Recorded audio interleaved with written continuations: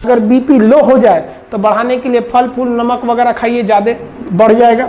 High हो गया है तो नमक तेल मसाला गर्म चीज़ कम कर दीजिए, लो हो जाएगा। तो ये दवा और मेडिकल पे दवाइयाँ भी अवेलेबल रहती हैं बीपी को कंट्रोल करने के लिए। हाँ, बीपी को कंट्रोल करने का घरेलू उपाय भी क्या है? घरेलू उपाय समझिए। मान लीजिए कि अगर आपका बीपी बहुत बढ़ गया है और आप चाहते हैं बीपी को घटाएं, तो आप अपनी साली से बात कीजिए। साली से बात करेंगे ना तो बढ़ा हुआ बीपी ऑटोमेटिक लो हो जाएगा। और अगर आपका बीपी बहुत लो हो गया है और आप चाहते हैं इस बीपी को बढ़ाएं, तब आप अपनी घर वाली से बात कीजिए। 10 मिनट बात करेंगे ना, आपका लो बीपी को हाई कर देंगे। समझ में गया? तो ये घरेलू उपाय भी है, आप इसको भी आजमा सकते हैं। घुटना को शुद्ध भाषा में क्या कहा जाता है? ठेवना बोला जाता है। तो ठेवना भी देखिएगा, पीछे आएगा, आगे थोड़े आएगा। ठीक हुआ आगे नहीं आता, वरना चलते वक्त आगे आ जाता, आदमी उलट जाता, ऐसे ही करके। इसमें आप देखेंगे तो केवनी वगैरह में हो गया। यहाँ पे तू सब लड़कियां को देख रहा है, सब दूसरा फोटो लगाते हैं। यहाँ देखिए, ध्यान भटका देता है, लड़का से बहुत बदमाश होता है। इसको पोलियो एक तरह का इनएक्टिव वैक्सीन होता है। आप कुछ लोग पोलियो भी नहीं पिलाते हैं, कहते हैं कि 2 बूंद पीने से 2 गो बच्चा होगा। अजब हाल है भाई। ऐसे लोग जरा सोचिए कि जो इतना छोटा बच्चा है, आप ये नहीं सोच रहे हैं कि ये बड़ा होकर कितना पढ़ेगा, क्या बनेगा, बल्कि आप ये सोच रहे हैं कि ये बड़ा होकर कितना बच्चा पैदा करेगा। कितनी गजब की सोच है। और गवर्नमेंट भी इसको कहते हैं कि भाई कम दिमाग वाले के लिए आप अच्छा दिमाग लगाएंगे तो उसको अच्छा नहीं सूट ही नहीं करेगा, क्योंकि ट्रक का माल टेम्पू में लोड नहीं होता है। तो बकलोलवा अगर ये सोच रहा है कि 2 गुण से 2 गो लड़का होगा, तो उससे पूछिए कि तोरा कै गो लड़का चाहिए। इससे 53, 54, 55 जितना लड़का बोले 1 कटोरा पिया दो। रीजन इसलिए नहीं कि इसको पोलियो हो जाएगा, अगर इसको हुआ तो हमारे देश में भी पोलियो वायरस जिंदा बचेगा। तो अच्छे से पढ़ाई वढ़ाई करके नौकरी वोकरी लीजिए लोग। और नहीं नौकरी वगैरह नहीं हुआ ना, तो घर वाला क्या करेगा, सब कैसे ही बूढ़ सूढ़ को थमा के भेज देगा, ले जाओ। जो बनती है आलिया उसी को मिल जाता है कालिया। इसलिए ज्यादा मेकअप टेकअप पे ध्यान नहीं दीजिएगा, इन्हें कि ठोड़ और रंग के घूमने लगे या कोरोना के बीच में। पढ़ाई पे ज्यादा ध्यान दीजिएगा, पढ़ाई वगैरह करिएगा, तब ना आपको अच्छा घर द्वार मिलेगा। नहीं तो ऐसे थमा देगा किसी को घर वाला।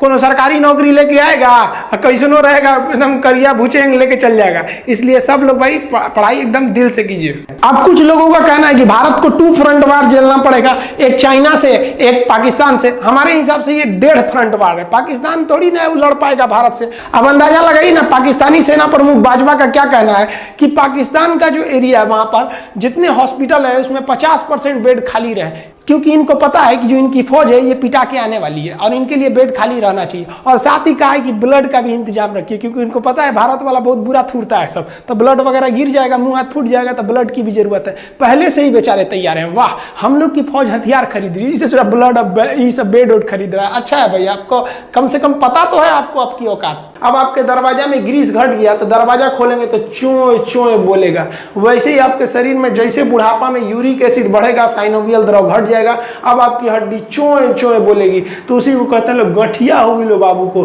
तो देखिएगा, बूढ़ा बुजुर्ग आदमी को गठिया हो जाता है, घुटना में बैठिए नहीं पाता, बैठेगा तो चोय चोय करेगा, तो पकड़ के बैठेगा, अरे बाप हो, लाठी ले रहेगा। अब बैठ जाएगा तो उठेगा एकदम कहर कहर के। वे बुढ़ापा बड़ी खतरनाक होता है। अगर आप चिकन बनाते होंगे कुकर में और अगर 12 सीटी लगा दीजिए, जहां 12 सीटी लगा देंगे ना तो टेंडम जितना है वो गल के खत्म हो जाएगा। तो कुकर जब खोलेंगे ना तो हड्डी अलग मिलेगा, मांस अलग मिलेगा। हड्डी और मांस को कौन जोड़ के रखता है? टेंडम। किसी किसी में टेंडम बहुत ज्यादा होता है, तो कोई कोई मुर्गी लाइएगा ना, बूढ़ मुर्गी, उससे सुरा का मीटवे नहीं गलता है, उसका गलबे नहीं करेगा, घींचना पड़ेगा इसे, उसको खींच के। काहे के लिए? वो बूढ़ मुर्गी का टेंडम जो है तगड़ा था, यानी हड्डी से मांस बढ़िया से पकड़ा हुआ था। समझ में आ गया? बुढ़ापा में टेंडम वगैरह गल जाता है, देखने झूल जाता है आदमी का शरीर एकदम। हाँ, हड्डियों का ज्वाइंट होता है, उसे क्या कहेंगे? लिंगामेंट। यहाँ भी लिंगामेंट होगा, यहाँ भी लिंगामेंट होगा। आजकल डॉक्टर एक टेक्निकल भाषा का प्रयोग कर रहा है। जहां ज्वाइंट से हड्डी टूट रहा है ना, तो पेशेंट को डरवाने के लिए कह रहा है, oh my God what happened with his. कहेगा इसको ना टूटा नहीं बोलेगा, नहीं कहेगा हाथ टूट गया, कहेगा लिंगामेंट टूट गया, लिंगामेंट। अब बेचारा मरीज अनपढ़, उसको क्या पता है लिंगामेंट कौन जी, उसको लगेगा है भी कुछ टूट गई लो हमरा, कि डॉक्टर साहब बचा लीजिए। हाँ कोई बात नहीं, 1 लाख जमा कर दो। डॉक्टर वकील अगर आप नहीं जानते हैं तो बढ़िया से खाली कर लेगा सर। तो ये क्या है कि अगर ज्वाइंट से टूटा है, कहीं से ठेवना वगैरह से टूट गया ज्वाइंट से, तो वहां का लिंगामेंट टूट गया, तो डॉक्टर कहता है लिंगामेंट टूट गया। और बीचवा में से कहीं टूट गया तो कहता है कि फ्रैक्चर हो गया, फ्रैक्चर। अब तो कुछ दिन में ये भी कहेगा सर कि लिंगामेंट टूट गया यहाँ पे। अगर इसमें हम हवा भी भर देंगे तो क्या होगा, जैसे हवा अंदर जाएगा हेपेरिन वहां का मर जाएगा और ये सब पूरे ग्रुप में मिलकर यहाँ पर ब्लड जमा देंगे और जब जमा देंगे तो यहाँ पर मांस एकदम टाइट हो जाएगा। क्योंकि यहाँ की नसें मोटी हैं, आदमी मरेगा नहीं, हेमरेज नहीं होगा, लेकिन मांस टाइट हो जाएगा और मरीज को बहुत दर्द करेगा। अरे बाप रे बाप। तो मरीज कहेगा कि डॉक्टर साहब फूल गई लो यहाँ। तो डॉक्टर कैसे कहेगा कि गलती तो हमरे है? तो कहेगा बाबू गर्म पानी भिगा के सेकिएगा।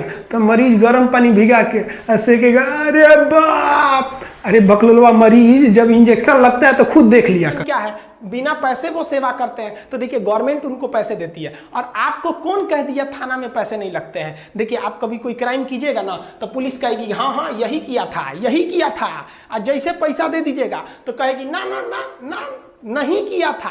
तो पहले था अब पैसा देने के बाद ना, इसी को मिला देते हैं तो बनता है थाना, पुलिस स्टेशन। और इसमें बैठा रहता है दरोगा। द चाहे रोवो चाहे गावो, लेकिन द रो गा के द, लेकिन द उसी को कहते हैं दरोगा। चाय पत्ती के बगान में महिलाओं को ही लगाया जाता है, पुरुषों को नहीं लगाया जाता है जानबूझ के। महिलाएं आराम आराम से नोचते रहती हैं, सब पत्तियां उसकी रखते रहती हैं सब इस तरह। पुरुष को लगा देंगे सजरा, दिन भर कहीं ना कहीं झगड़े कैले रहता है और नोचते में उसको अगर याद आ गया झगड़ा के बाद गुस्सा में तो कहेगा ना गला दबा देंगे वहां पे, गुस्सा में नोच देगा, पूरा खेत तो उखड़ जाएगा। इसलिए पुरुष को चाय पत्ती में नहीं लगाते हैं लोग। स्कूल में पढ़ने के बाद आपको लगेगा जॉब, अब चाहे प्राइवेट जॉब लगे चाहे सरकारी जॉब लगे, आप कहीं भी जाइएगा आप जॉब कीजिएगा। जॉब करेंगे तो वो चला जाएगा तृतीयक सेक्टर में। ये लोग जॉब कर रहे हैं तृतीयक सेक्टर में, इन सब का हम थोबड़ा ढक दिए हैं। इस इसको देख रहा था सब, देखिए ना यहाँ पर इसको देख रहा था सब, देख रहे हैं कौन सी जॉब करेगा सब, अयो बकलोलिया देख रही है उसी को यहाँ पर। तो ये सब जितना जॉब वगैरह होता है सब किस में जाता है, तृतीयक सेक्टर में जाता है। इतने कीड़े मकोड़े रहेंगे बाह्य कंकाल, जैसे बिच्छू जो होता है ना, बिच्छू में भी बाह्य कंकाल पाया जाता है। आप अगर बिच्छू को टच करिएगा तो कड़ा लगेगा वहां पर, अब जिंदे में मत टच कर दीजिएगा नहीं तो आपको कड़ा कर देगा वो। तो ये बाह्य कंकाल होते हैं, इनके शरीर में ये थोड़ी मदद करता है। जितने भी इंसेक्ट है, खटमल को मारिएगा ना, ऐसे खटमल मारिएगा तो देखिएगा ना कड़ा लगता है। मच्छर वगैरह जितने होते हैं, आपको मच्छर काटेगा, ऐसे मच्छर मारिएगा ना तो देखिए कभी कभी मच्छरवा का यहाँ फोटोकॉपी हो जाता है और मच्छरवा भाग जाता है, कहता है मार रहा है सूत जो तो फिर आके काटेंगे। क्यों? क्योंकि उसके बाहर कंकाल होता है। लेकिन मच्छर इतना छोटा है और काते भर ना उसकी भी मजबूती रहेगी, क्या बुलेट प्रूफ थोड़े ना हो जाएगा। अब जो नारियल पानी हम लोग पीते हैं पटना में, वो केरला में मिलता है 10 रुपए का। केरला से एक ट्रक अगर पटना आता है तो 1 लाख रुपया वो किराया लेता है। अब आप बताइए कोई व्यापारी है जो नारियल पानी मंगा रहा है, वो तो केरला में खरीदा है 10 रुपए के हिसाब से, अब जब पटना लाएगा तो 1 लाख रुपया किराया दिया है वो ट्रक का, आपको 10 रुपये में देगा? नहीं देगा। तो गरीब आदमी सोचता है कभी हम भी नारियल पानी पीते। इसमें उस गरीब की कोई गलती नहीं है, ना ही उस व्यापारी की गलती है। गलती है तो हमारे नीति निर्देशकों की गलती है, जो नीति बनाते समय ऐसी नीति नहीं बनाते हैं जो अगले 1000 साल तक सक्सेस हो सके। हमें अपने नदियों पर यह नीति बनानी पड़ेगी कि अगले 1000 साल तक बाढ़ नहीं आना चाहिए। तो हम लोग क्या नीति बनाते हैं, इस बार बाढ़ में कैसे बचाएंगे, रे चोट्टा कहीं के तो बाढ़ में बचाएगा, यहाँ 1000 साल तक का नीति बना के चलो। अपनी पत्नी का दिमाग और जीएसटी आज तक समझे में नहीं आया। खैर इसको हम आपको समझा देंगे। जीएसटी पत्नी का दिमाग हमको भी अभी एक्सपीरियंस नहीं है, कुछ दिन में हो जाएगा, हमको भी शादी होने वाली है तो हम वो भी समझा देंगे आपको। आप देखिए मुर्गी पालन, ये पूरी तरह से प्रकृति पर है। आपने कभी सुना है क्या एयरटेल की मुर्गी, रिलायंस की भैंस? कभी नहीं होती है, ये नेचर की होती है। तो जो चीज नेचुरल होती है उन्हें हम प्राथमिक कहते हैं। अब मुर्गी पालन में हम कभी पढ़ाएंगे कि 3 तरह से मुर्गी पालन होता है। जो केवल मीट के पर्पज से आती है, ये सफेद वाली सीबीएसई बोर्ड वाली मुर्गी, इसको हम लोग क्या कहते हैं, ब्रॉयलर कहते हैं। जो अंडा देती है सब उसे लेयर फार्मिंग कहते हैं। और जो ये हिंदी मीडियम वाली मुर्गी पाली जाती है ना घर के पीछे, तो उसे बैकवर्ड फार्मिंग कहते हैं। तो ये क्या है, प्रकृति पर निर्भर है। तो ये सब प्राथमिक क्षेत्र में आएंगे। तो ये सऊदी अरब के राजकुमार जो राजा थे उस समय फहाद, उन्होंने फोन किया इसको कि रे चोट्टा कहीं का, तू शांति से रह जाओ मैटर पे, ना तो तोरा हम व्यवस्था कर देंगे। ये खुद अपनी आत्मकथा में लिखा है कि हम तो नवाज शरीफ को टपका दिए रहते अगर ये बीच में नहीं आए रहते। तो सोचिए ये अपने प्रधानमंत्री को टपका रहा था, रे चोट्टा। हम तो कहते हैं कि पाकिस्तानी की आर्मी जिम्मेदार है, लेकिन हमारे देश के इंटेलिजेंस भी जिम्मेदार है। तुम जासूस किस काम का रहे कि तुमको ये पता नहीं चल रहा है कि पाकिस्तान की हजारों फौज घुस गई, वो आर्टिलरी लेके चले आए, एमुनेशन लेके चले गए, मिसाइल लेके घुस गए, हमारी फौज चुपचाप मुंह देख रही है। हमारी फौज तो बहादुरी से लड़ी, जो जासूस थे सब, इंटेलिजेंस उस चोट्टे कहां मर गए थे सब। और ये हमेशा से यही होता है। 1962 की लड़ाई हम लोग को मुंह की खानी पड़ी यही जासूसों की वजह से। 1984 में ये ससुरे सियाचिन में घुस गए थे, फिर भी कुछ नहीं हुआ। अरे सब छोड़िए, 2008 में देखिए ना, मुंबई में जब हमला हुआ तो हमारे जासूसों को पता ही नहीं था कि अजमल के साथ घुस गया, हमला कर दिया, चोट्टा सरकारी नौकरी लेना है, कोनो काम का नहीं है सब अधिकारी। इनको ले आके हम तो रहते ना वहां पे, हमारे पास पावर रहता ना, हम तो ससुर जितने अधिकारी है ना ससुर, इनको जिस तरह से पाकिस्तानियों को भूने थे ना उस तरह भून देते ससुर। तुम क्या कर रहा है? क्योंकि हम युद्ध जीत सकते हैं। हमारे इतिहास में एक और शौर्य गाथा लिखी जा सकती है, लेकिन उन माओ की गोद जो सुनी हो गई करगिल की लड़ाई में, उन्हें हम कभी नहीं लौटा सकते उन चोट्टे जासूस इंटेलिजेंस वालों की वजह से। बस नौकरी हो गया ना, सरकारी नौकरी, अब कौन जरूरत है जासूसी करने का? मेहरारू संगे घूमो हम लोग, हाँ कैसी हो देश भाड़ में जाए।